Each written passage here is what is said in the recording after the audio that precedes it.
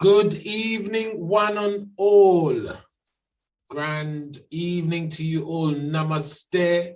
Om Shanti. Peace be to you all. Shalom Alaikum. Ashe. Greetings, one love. Hope you are all doing wonderful and great. And you've all had a fantastic day. I hope you are all inspired for this evening session. Today, we are really turning on the heat. We are now looking into some deep aspects of the real cornerstones of spirituality for the world.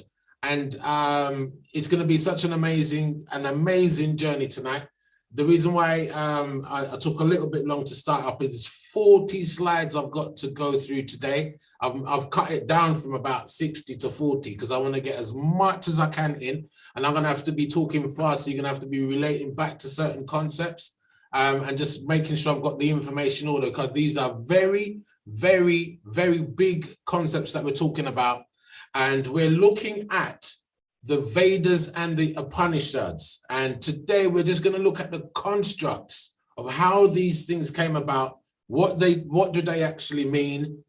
Because a lot of the times when we look at these things from the surface, we only get a, a sort of standoffish view, and it just looks all so confusing. And we think, oh my gosh, what's all this, all these demigods and all of these things, and man with tree head and four face and ray, and what does all of these things mean? Where is all of this ideologies coming from?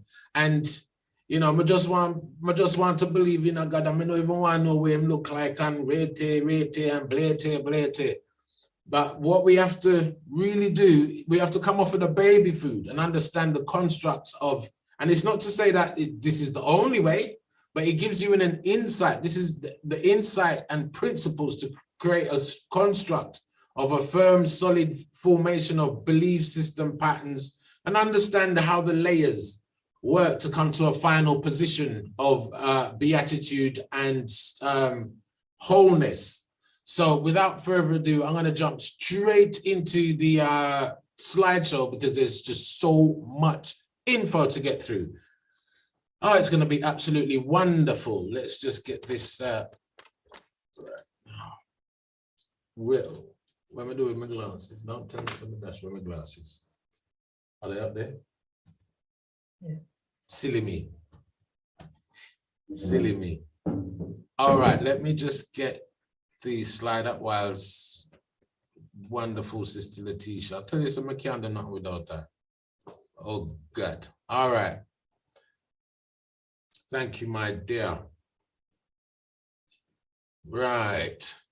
So we are now looking at the Vedas and Upanishads, and those that are interested in doing the Science of the Gita course, this is a brilliant precursor to the course, so you can fully understand. By the time you get to the Gita, you will have a full understanding of its fullness and its whereabouts and how it comes about to be. So the Vedas and Upanishads, Chapter 1, Session 1. Without further ado, let's dive in, and I'm diving in hard. I'm not even playing with them no more. My first slide says this: does the Rig Veda speak about a religion called Hinduism? If so, please quote the relevant shlokas verse from the Rig Veda, or any Veda for that matter of fact. And guess what? There isn't none. Why? Because principally, where the Rig Veda is coming from a much bigger concept than the idea of a religion. Okay, when we talk about religion, we're talking about something segregational, something separate, something unto its own, a culture that perceives an idea of spirituality and cultivates it as its own. And we're going to be looking into that. So the Vedas are something much more grandeur than just understanding the concept of Hinduism. In fact, the Vedas, dare I say, are responsible for many of the unfoldings of many religions, okay? Because the Vedas as a whole, there's 4 Vedas: the Rig Vedas, Sama Veda, Yajurveda, and Atharva Veda. Now, out of the four of them, the Rig Veda is the greatest, it's the biggest, it's got the most sections to it in terms of the Samhita, Brahma, Ayanka, and the Upanishads that all relate to breaking down all the information in the Rig Veda. The Rig Veda is like the cornerstone to the rest of them. The Rig Veda is primarily considered one of the biggest treatises in spirituality as a whole, okay? And when we're talking about that, when we're talking about the concept of a treatise, what you have to understand is that the Rig Veda is probably going to be one of the oldest and the first human, the oldest form of texts that has ever been compiled by not just one set of people, but a group of, even if you want to call it tribes, because these again, emanated out of Africa. And when we talk about the sages and the we never talk about the feminine aspect. And little is known is that it's actually the female rishis were the secret key holders to the higher end of the knowledge of the Vedas. It wasn't the masculine. And however, how this has changed about over time, where we now go to church and we see the priest or the pastor and we give them the title. Back in Vedic times, it was actually the female that had the principle of divinity at the higher end. And everything had to be passed, finalized by the feminine principle, the feminine energy, the feminine leaders of the Vedantic system. So it's very important to actually understand the balance of the yin and yang, the masculine and feminine principle of how Vedas came about. And it's not just the idea of one aspect of God. It was a vast treaty that covered everything. It's covered all the principles and all the levels of understanding of an idea of a God, whether it was from seeing God through the idea of nature, through the idea of the energy behind nature, if it was something principle that was something that you found within yourself, something that you worshipped outside yourself. It covered the whole entire spectrum. And what happened over time is that religions found the parts that they found that resonated most with them according to their cultures and developed a system from it, isolated from the whole. So in the wholeness, the Vedas covers the whole contextual aspects of spirituality and religion. In fact, the Vedas doesn't discriminate against any form of life when it comes to spirituality and right-mindedness, as long as it fell into the principle of goodness, principle of godliness, then there is a way. So, how it was structured was laid out in a way that from the simple layman to the advanced practitioner, meditator, regardless of where you are on the scale, the Vedas had a portion for you to nourish your understanding of where you're at and help you build a resonance in your being so you can rise to the next, rise to the next, rise to the next. So there's an ideology, for instance, if you saw, let's make a synopsis up. We've got two birds. You got two birds on two different branches. You got one on a higher branch and one on a lower branch. And the one on the lower branch, he's scouting around the place. He's really busy. He's looking he's looking for food all the time. He's picking and picking sweet things, sour things, bitter things. And as he looks up, he sees the bird above him in peace. He sees the bird is now stabilized in peace, but he's still picking and picking and picking. And then he decides one day, I'm going to fly up to the bigger bird, the higher bird, and realizes when he flies up to the bird, him and that bird is same. But what he realizes is that this bird up here is in peace. So there's a saying like the eagles don't fly around with the sparrows. The eagles soar above the noise pollution of the sparrows on the ground. So similarly, human experiences, we get caught up in many little trivial scenarios where we're bickering about this and we want that and we're pleasing our senses and so forth. But that one that has overcome all of those desires, all of those tendencies, and realized the deeper, higher self within can soar higher than all of that. And religion is not necessarily something to be knocked, but it's something to be understood as a pathway to get to a fullness in your spiritual practices. So Vedanta, Vedic studies, especially looking at what the Rig Veda, the cornerstone, has to give in terms of knowledge and concepts and ways of being, is about nourishing a unity between all of the divisions and concepts of how you worship the divine, is whether it's from the point of oneness to the point of the many. And it covers all of it and it doesn't miss any of it out. And it brings it all together in the unison to say from the one becomes the many. Out of the many, you'll always find the one. So let's have a look at the idea of what do we mean by religion to make sure that we have a full understanding of the range and the ideologies of religion and religious practices. And then we look at what the treatise of the Vedantic system, the Rig Veda in specific. Today we're going to look at the Rig Veda, and through the following weeks we're going to look at the message of what each Veda came to bring to us. So let's look deeply at what religion actually means. So let's just move this out of the way. Okay, brilliant. Religion is a vast subject. Actually, there is an understatement. Religion touches on everything about the world around us, from the explanations we seek for the creation of the universe and our purpose within the higher power behind these things, to the way we behave, treat one another, and interact with society, to the values, laws, and beliefs that govern us. Whether you are a person of faith, a skeptic, or someone in between, the concepts of spirituality, organized religion, and morality affects all of us.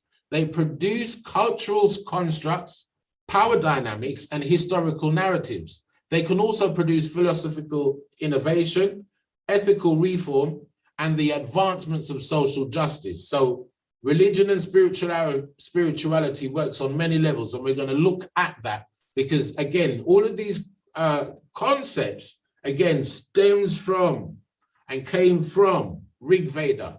Rig Veda is a very solid treatise that covers all of these aspects.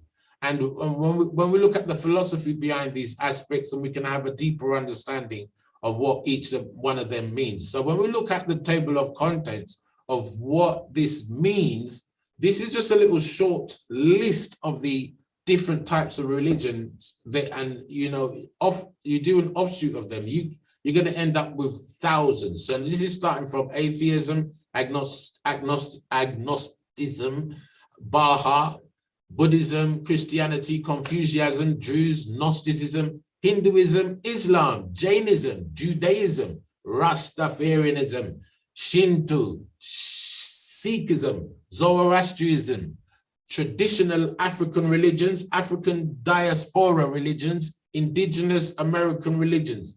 And there is an esoteric side to all of these religions that unify in their sort of constructs and messages. So you got the ground level and you got the esoteric level. And on the esoteric level, they all bond in a sort of familiarity. There's a familiarity in the message. And in this familiarity, there is a oneness. And all of these concepts of familiarities that you find in all of these religions can be traced back to the Rig Veda, okay? So let's have a look. Spirituality is a personal experience that creates a system of personal beliefs when searching for the meaning of life. It stands for something greater in life than the physical or material world. This is when we're talking about tapping into our emotional, intellectual, reasoning, etheric, astral perceptions. There's 6 other aspects of being that are outside of just the physical being. Just as there are, actually, if you count the 7th, then you have 7 levels of being. And with that, there's 7 levels of concepts of the understanding of God, understanding of how God comes into play. So for instance, you have God everywhere, God in nature, God behind nature. God has nothing to do with nature. God is in you. God is you. And God is all and there is no God. So in those several 7 concepts, how do you find a unified process to actually find what's the word that I would say? A solidness in being, and that's going to give you the full understanding of how God fits into the whole construct of your being. How does the super soul come into play? How does Samkhya come into play? I.e., you've got the universe, you've got physical matter, and you've got spiritual matter. You've got life essence, and you've got things with non-life essence. Okay, so but these non-life essence, i.e., Prakriti, nature, there's still a belief and a system that says that even that is God. So it's a path, it's a development, and the more that you dig deeper and deeper and deeper, you realize to yourself, hold on a minute. Actually, there's something that's beyond what I can actually describe in words. And if I tap into that, and if I become that, then I will become an expression of that. And this is what spirituality is all about. When you tap in deeper into the fibers of self, you will tap into an essence and a quality of self that isn't mentally conceived, but it's spiritually conceived, it's spiritually portrayed. And within that, you're going to find a whole richness of being. But anyway, let's tap in deep because there's so much stuff to cover.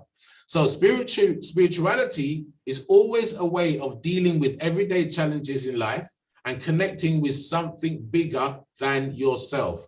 Being spiritual can mean different things to different people. For some, spirituality can be related to regional and even higher power. For others, it can be a non-religious experience, such as connecting with nature, art, yoga, meditation, etc. And when you see meditation there, meditation is a very neutral tool. Meditation can be used to bring you this way or that way. Meditation can make you angry. If you meditate on being angry, you will become more angrier. If you meditate on being divine, you will become more divine. Okay, so these things, meditation is just a tool.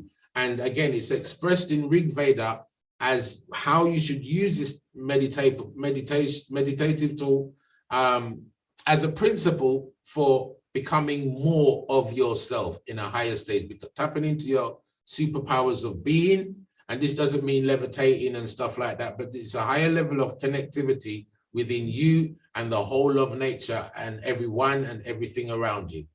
So we have different types of spirituality, and we're just going to go through them so we can understand the constructs of what spirituality actually means in its fullness, so we can understand the messages of Rig Veda and how it kind of combines all of these concepts of spirituality and religious principles. And then you can actually see how vast these writings are.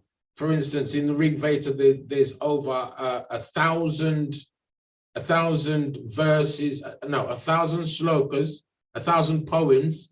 And in the poems, they're constructed in rhymes and rhythms, upon which makes over 11,000 verses, 11,000 mantras, 11,000 aspects of thoughts, how that you can tap into and tune into ideologies, really elaborate ideologies. And this is from the mystical aspect of spirituality right across to the everyday practice of spirituality. So when we talk about the mystical spirituality, we're talking about this type of spirituality is focused on the intuitional part of the soul. People who have mystical mystical spirituality believe that there's a greater unity to every experience in life, such as karma, such as God's divine interaction. This was meant to be. This is, they see the link, they see the corresponding connectivity, like attracts like. So divinity is at play. Divinity attracts more divinity. So every experience goes beyond the material and physical world, and everything can be brought into a greater unity. For example, people with this type of spirituality may support the idea that everything happens for a reason. There's a greater explanation behind everything, and that would be what unites all the different experiences. So this is where one would believe in karma, and some, I don't like to use believe in karma. I know about karma. So I'm definitely a mystical spiritualist as well as. So mysticism in that sense does mean a lot to me. And it's not just about being, a mystic, doing these odd things and stuff, but respecting the inner faculties of mind, inner faculties of spirit, inner faculties of being, and how they come to play. I don't just buy into the narrative of what the world wants me to believe, that I am my mind and I am my body. No, my mind is a tool. My body is a vehicle. And the things that operate behind it are much greater than these things. Okay? So then we have authoritarian spirituality. This type of spirituality is believing in a hierarchical structure of things or in authority. People define their spirituality by following a set of rules and some restrictions. Often this type of spirituality is associated with religious beliefs. There are cases when not following the spiritual rules of religion may cause conflicts. People with authoritarian spirituality can develop a form of fundamentalist religion. Fundamentalists believe that their religion is the most truthful one. They tend to exclude every other religion, which unfortunately can be the cause of and for radical religious terrorism. Okay, well, we've seen this on many levels, whether it's in Islam or even in Africa and many other places. They use Islam as an example, but it's actually it's probably one of the deepest lies that Christianity hides behind itself, because Christianity as a whole has been the #1 form of authoritative spirituality on the world that's caused the most amount of bloodshed for people to conform to their idea of what religion and spirituality should all be about. So again, authoritarian spirituality is all about the dogma of oneness. No, the dogma of my way. My way is my way or the highway. Intellectual spirituality. The core belief behind this type of spirituality is knowledge. Intellectually, spiritual people are prone to gaining knowledge of spiritual theories and analyzing the information they get their hands on. Spirituality examples: spirituality dictionary, spirituality definition of the truth, inner meaning. Intellectually, spiritual people are prone to acquiring spiritual knowledge of spiritual theories. So again, it's the theosophist type of mind. You're looking at the comparisons between different types of ideas of how to worship the inner being or the external being or the oneness. And this is sort of an intellectual grooming of spirituality. One form of this spiritual journey is studying theology, for example. However, this type of spirituality is not solely related to studying religion. Any knowledge that helps people improve their spirituality is a form of intellectual spirituality. So again, when you hear me speak of the Nuwabi way, when you hear me speak of looking at knowledge, exercising that knowledge, seeing what's useful for you and disregarding the rest, this is intellectually grooming your idea and your knowledge and how you apply these things that you learn along the way. And now this is just between you and the God within. You don't have to talk about you're a this or you're that, or you're a part of this structure, or you're a part of that cult, or you're part of the, there's no name branding. So intellectual spirituality is the pathway that way you're just grooming yourself through the process of knowledge, through the process of understanding. And dare I say, intellectual spirituality is one of the areas where it is actually one of the weakest in Christianity, because Christianity, I'm not beating up Christianity. I'm just talking about the essence of modern day Christianity, especially how it's been used as a tool to enslave people's ideology of the wholeness. You're not allowed to stray outside of what the Bible tells you. You can't even ask what's the word, the chapters of what Solomon was saying, like stay away from that. No pastor likes to speak about Solomon, and all the book of Solomon. So it is kind of numbed down and dumbed down to just keep it on just come to the altar, pray for forgiveness, and listen to the word of God as according to what the pastor is saying, and just leave it there. You don't really feel enriched. You don't feel empowered, like your godliness has grown. It just feels like you're anchored into serving while you stay diminished, while you stay what's the word? While you stay out of sight of the truth that's been portrayed upon you. You must become a Christian. So then you got service spirituality. This is one of the most common types of spirituality. It's because people experience spiritual peace when they serve others. There are many ways to achieve this spirituality, but the core of it is helping others without expecting nothing in return. And this notion is one of the biggest things that is echoed loudly throughout the Vedas, and even rings even louder when we get to the Gita and understanding that principle of do good and don't watch the goodness that's coming to you. Just concentrate on the good that you are doing. Doing something that will benefit someone without getting something back is a common way for people to get in touch with their spiritual selves. And you might be thinking, yeah, but we've been trained into being great givers and poor receivers. It's because in that sense we're giving from a broken place. When we give from a place of love, there's no way. When we give from a place of the core of the heart, in charity in the mode of goodness, there is no way, it's completely impossible that you get that you don't get a reward for that. But it's not for you to look for the reward. If you're looking for the reward, you're going to be measuring the reward. And if you don't think the reward is big enough, then your mind will go miserly. And in that miserliness, you're going to train yourself to do less and less and less. So don't watch the reward. Watch the greatness that you are doing in your service. And then we look at the ways of spiritual practices. There are also 5 spiritual practices, and with them, anyone can achieve a true spiritual self. Like we said, the path of knowledge.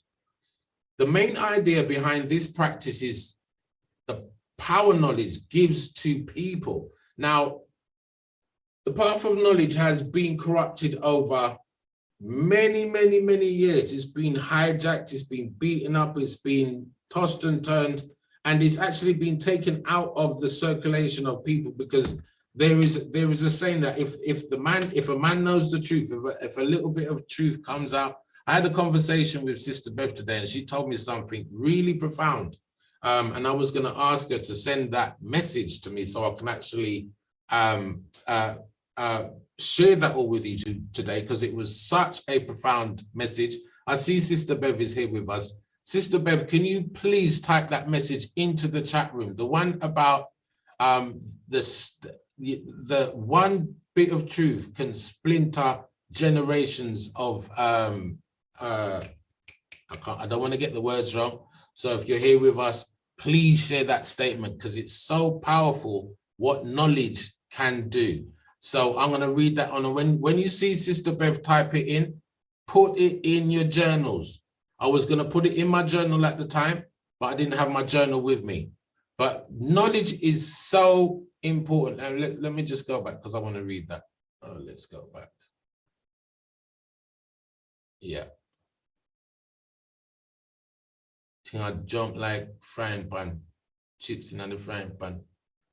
All right. Path of knowledge. The main idea behind this practice is the power knowledge gives to people. This practice revolves around the idea that ultimate liberation can happen with acquiring knowledge. This is not only about learning new things about the world, but most importantly, knowledge about yourselves, self-reflection, who you are, why you do the things the way you do, and are the main principles of spiritual practices. So again, empowering yourself with knowledge, and this path that we're embarking on is a consistent bombardment of high quality knowledge, high quality self-reflecting knowledge, and a whole broad spectrum of information so we can really see the path clearly before us. When you don't know what you don't know, then you're more lost than you're lost. But once you start to see and have an idea, you can start create a mental map, an emotional map, a spiritual map, and start to make your journey progressively, inwardly, and nourish that relationship with your inner divine being. And with all these paths of knowledge, which Rig Veda exquisitely summarizes in all of its writings, is all of these different paths that you're finally confronted to say, okay, now you know all of this, what are you going to do? Now you all of this, who are you going to become? Now, knowledge of itself, once you learn something, you cannot unlearn it. Once you learn something, it becomes a part of you. So you can't even deny it at this stage, because you're going to find yourself, once you have this knowledge, you're going to be comparing it with the mindset of the ignorant, and you're going to realize that you're actually better off with the knowledge. You understand? So the path of knowledge is key to understanding and grooming your spirituality to its highest. Then you have the path of devotion. Devotion is the one word that everybody is scared of. Everybody is scared of surrendering. Everybody's, there it is. One instant of truth has the power to overcome centuries of ignorance. By Dr. Muwata Ashby. That Dr. Muwata Ashby, he's written many books, especially in Kemetic knowledge. He unifies the information of, he's spent a whole lifetime in unifying the information between Kemetic and Vedic sciences. I love his works. I love his books. If you can get into studying Dr. Muwata, it would be absolutely great. But that quote there that Sister Bev has just shared with me, it resonated with me so much. I didn't even have time to even ask her in the conversation, but there it is, people. Put that in your diary. Where would, let me see, where would you place those that use dreams as part of spiritual practice? And what about those that use tools such as tarot cards and numerology? Right, so there's a question right there. Again, every single one in the Rig Veda, you're going to find traits to all of it. Every single one of it, all of them are paths. Numerology is a very powerful system. It's maths, the whole entire cosmos. There's a mathematical construct to it. There's a mathematical side to spirituality. There's a devotional, there's many sides. None of it is missed out. Like, for instance, even when you come to tarot cards, you know, the tarot cards, they considers that it's something divine that makes the cards go in order. It's something divine that makes the card, you know, the card that you pick is all meant to be. You understand, you know, once you're involving yourself with a process, you know, they will serve a purpose of divinity. Everything is all based on the intention. And again, in the Vedic structure, from rig structure, whatever part of nature, whatever thing that you use to understand something higher, something, as long as it brings you to that point of beauty of understanding nature, understanding the correlation between how God plays with nature, how he uses these divine principles, divine energies, divine deities, divine gods and goddesses. They're all a part of the one.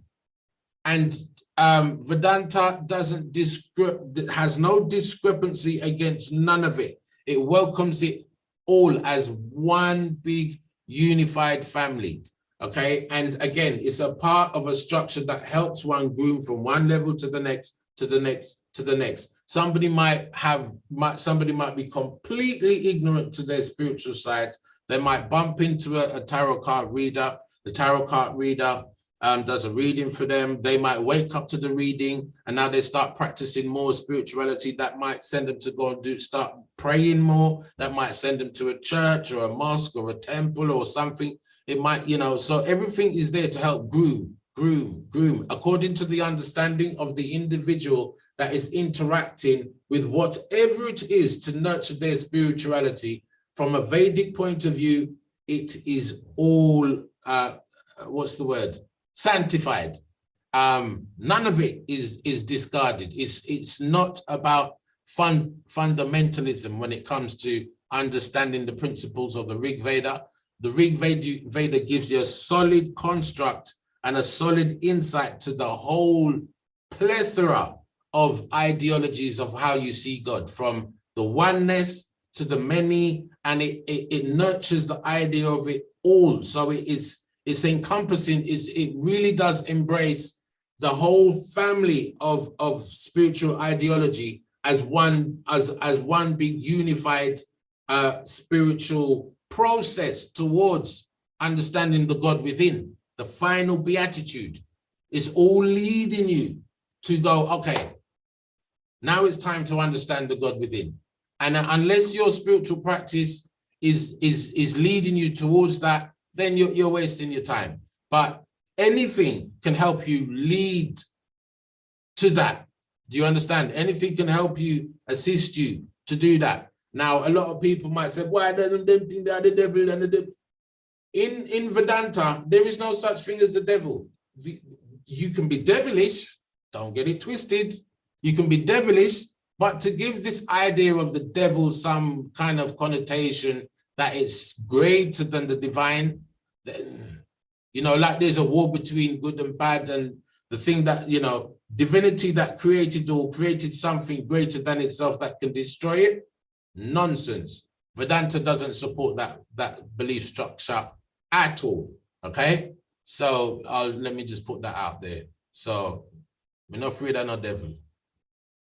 I'm afraid of me being more devilish. You understand? I'm afraid of my impurities. My lack of rightfulness. That's what I'm more conscientious of.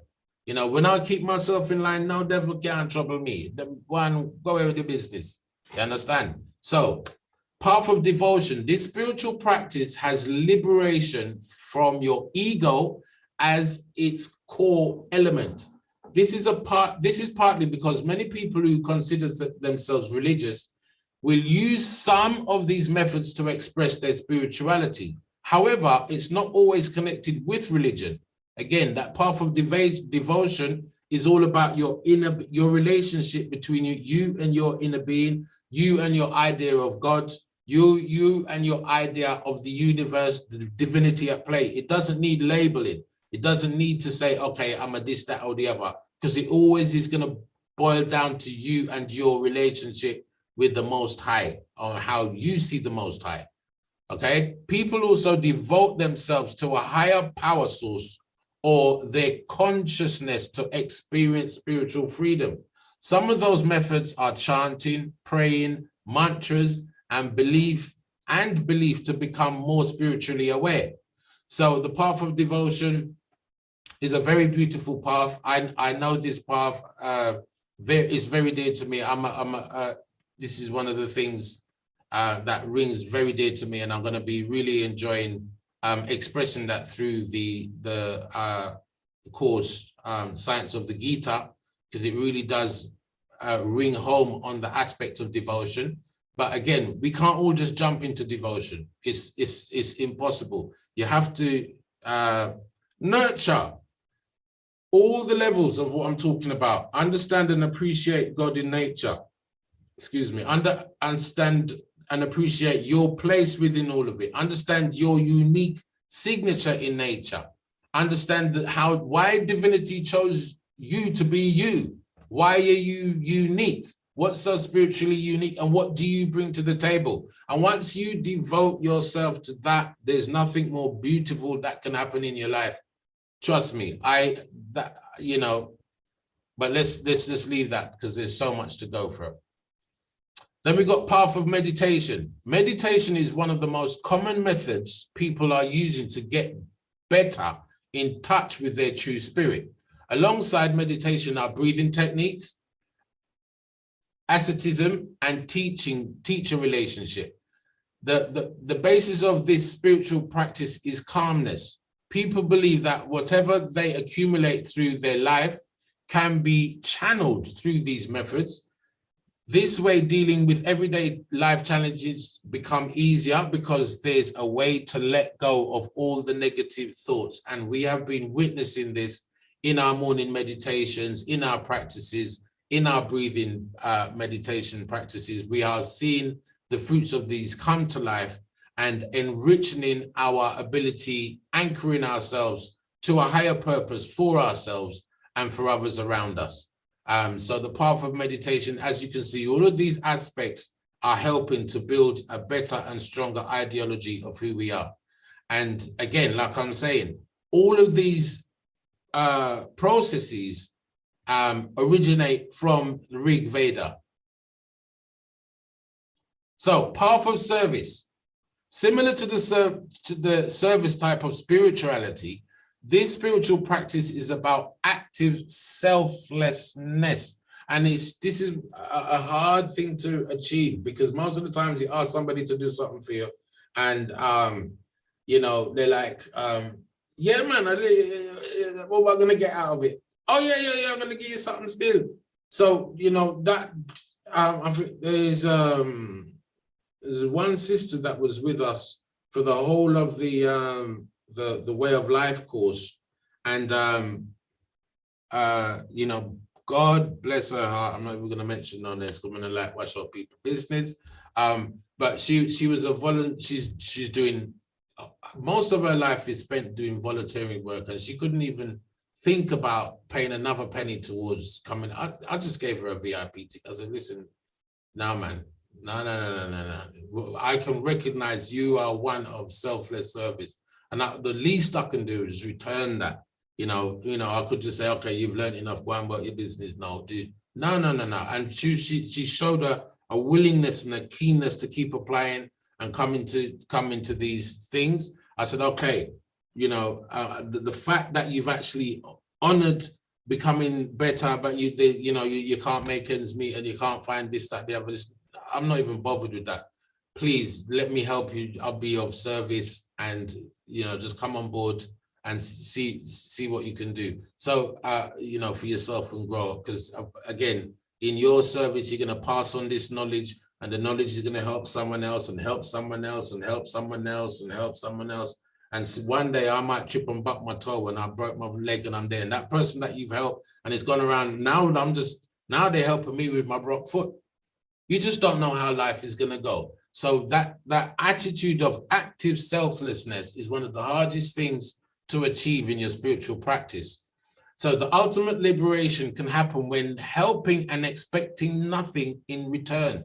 This spiritual practice is about active selflessness. Similarly to this service, this type of spirituality, these people are liberated from any rules and rely only on giving rather than receiving. Okay, is a very powerful way, because you know that you're giving to the God within that person. Sometimes, when I speak of communication, it's all about communicating to the God within.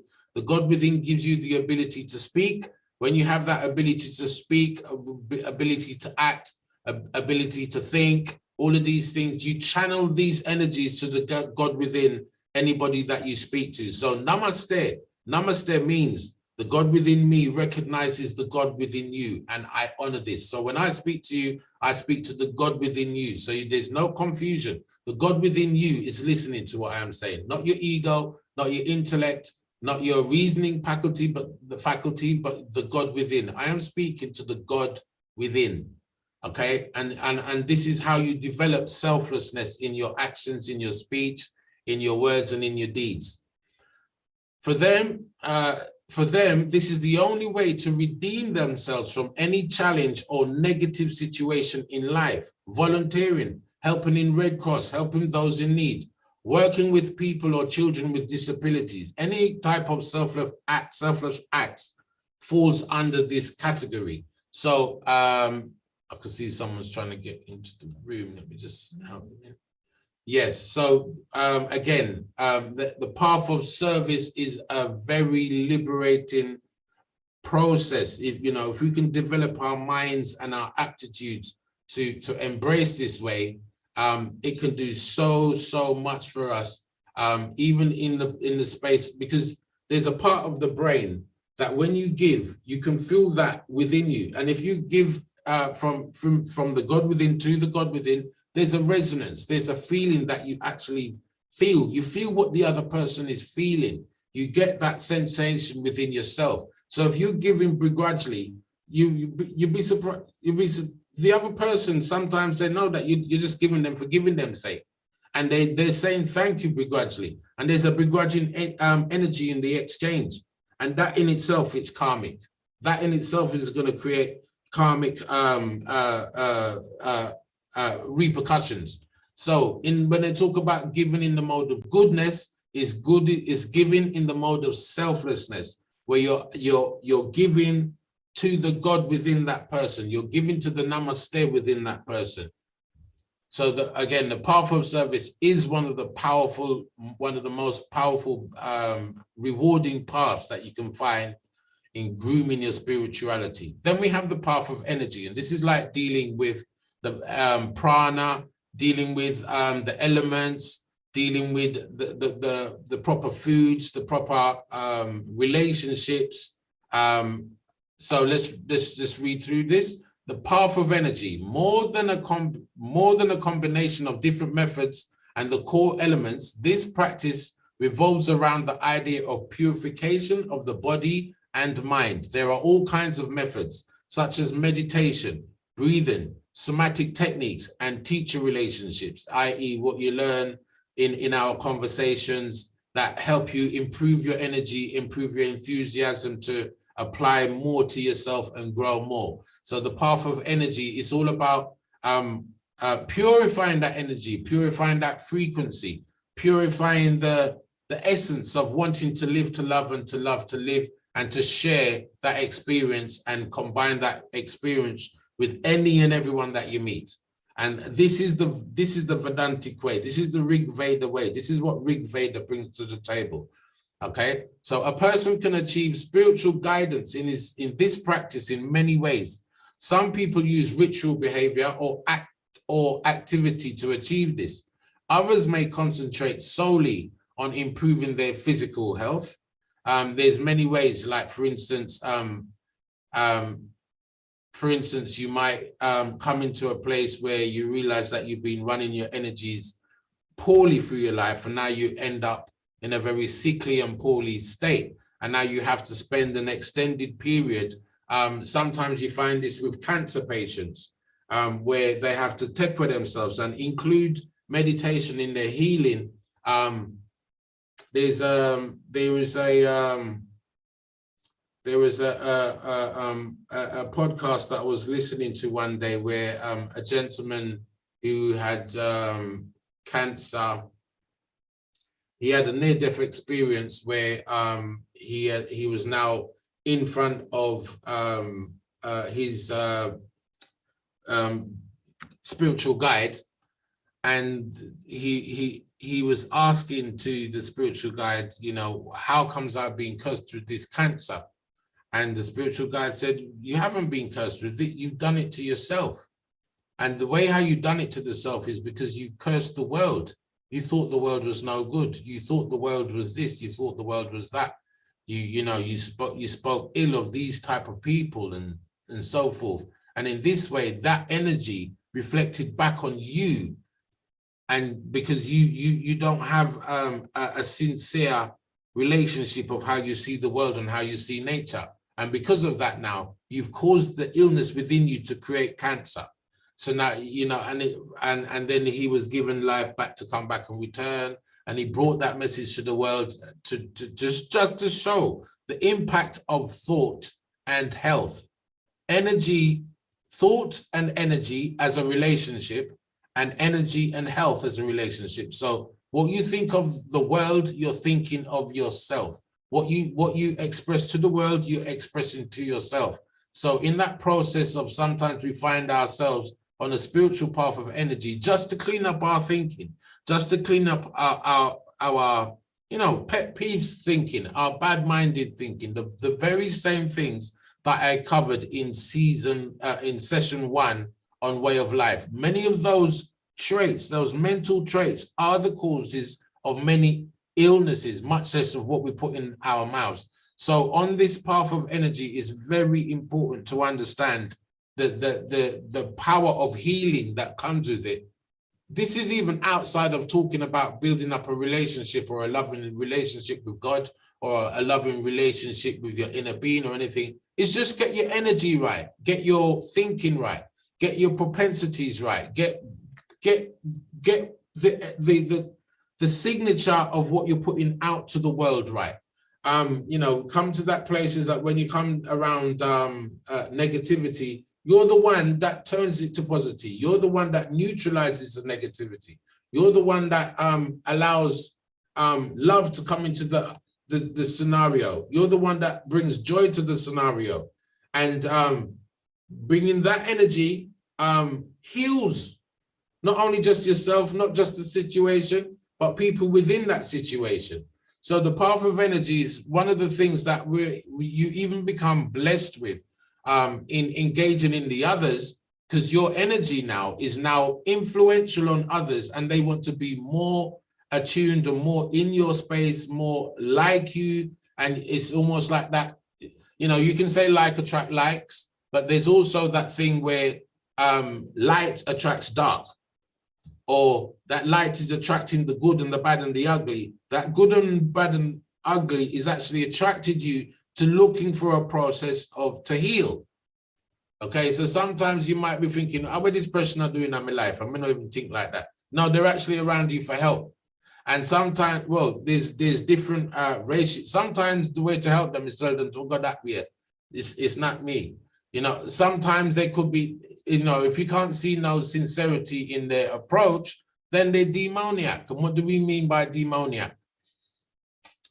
Life, live means, again, life, live to love to live, life's optimum vibrating energy. Okay, yeah. So when you spell live backwards, what do you get? We get the word evil. So we got live going that way and evil going that way. That means we're doing it wrong. We're going against the grain. And some people perpetually go against the grain. Like I said, again, me and Sister Bev, we was talking about this earlier. We had such an enriching conversation. We spoke of 2 elements on 2 ideologies of being. These 2 ideologies of being are what is ignorance and what is nations. Nations is when you don't know. What you don't know from what you don't know, then you don't know. You can't be blamed. You just don't know. But if you know and you're doing something against what you know, now you're being ignorant. Now you are going like fool. You see me? And so that path of ignorance, when you're going against what you know, going against your greater good, even your own consciousness is going to be eating you out and telling you, boy, I should be doing better than this, I should be doing something different to this. I know I should be, but why I can't get myself into gear, I just don't know. And because I'm not going to do it, I'm going to make sure no one else does it. Now you're being demoniac. Now you're really being evil. Now you're using this negative propensity of yourself to attract and pull others down into your lower vibration. So again, you have to protect your path of energy. You have to protect your energies. And this is what, when again, going into the science of the Gita, we really talk about putting on the armor and defending. You're allowed to chop off head when it's time for chop them off, and send a boy to engrave. Not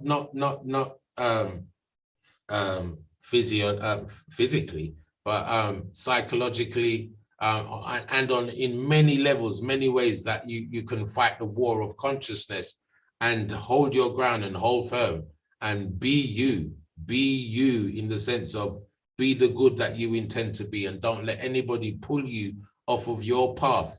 Don't subjugate to anything that's going to make you feel lesser than who you are, because this is the narrative. This is the thing that's demons are trying to do on a daily basis. They're trying to bring you down to their level. They're trying to mold you into a being that you can't even show love for yourself, much less anyone around you. So you get conditioned into a way that is of no purpose to yourself, has no purpose to your growth, has no purpose to anyone around you, and now you're like a time bomb that's about to, explode and destroy everything within its path. There's many ways to be a suicide bomber. You don't need bombs on your back.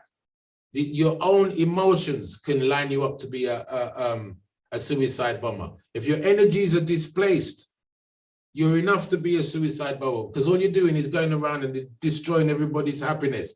You're going around and destroying everybody's joy, destroying everybody's peace, ruining everybody's energy. You're filled with so much self-hate, everybody else has to suffer. And when everybody else is on that page of self-hate, now you're happy. That's demoniac, okay? So again, the path of energy sometimes is the first path that people encounter because of living their lives in such a bad state. They need to get their energies right before they even move on. And again, the Rig Veda is the perfect treatise that starts someone from an energetic point of view to build their energy right first before they proceed on their spiritual path, before they proceed on their path of loving the God within. Get your energy right. It's so important. It's the signature of the message of Rig Veda. So let's move on.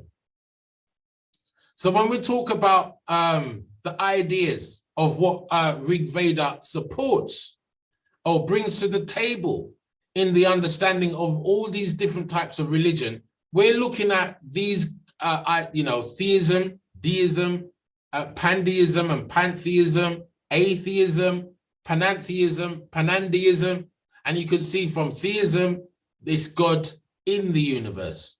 Deism is God and the universe. Pandeism and pantheism, there's a similarity in it where it's equal to the universe is God. And then atheism, that there is just the universe and there is no God. And then we got panentheism, which expresses the idea of God in the universe expanding outside of the universe. This is, if you see the arrows on it, it's that pointing towards the super soul, pointing towards, and all of these stages are ideologies, perceptions, perceived ideas, whether it's, you find it in paganism, like this idea was robbed and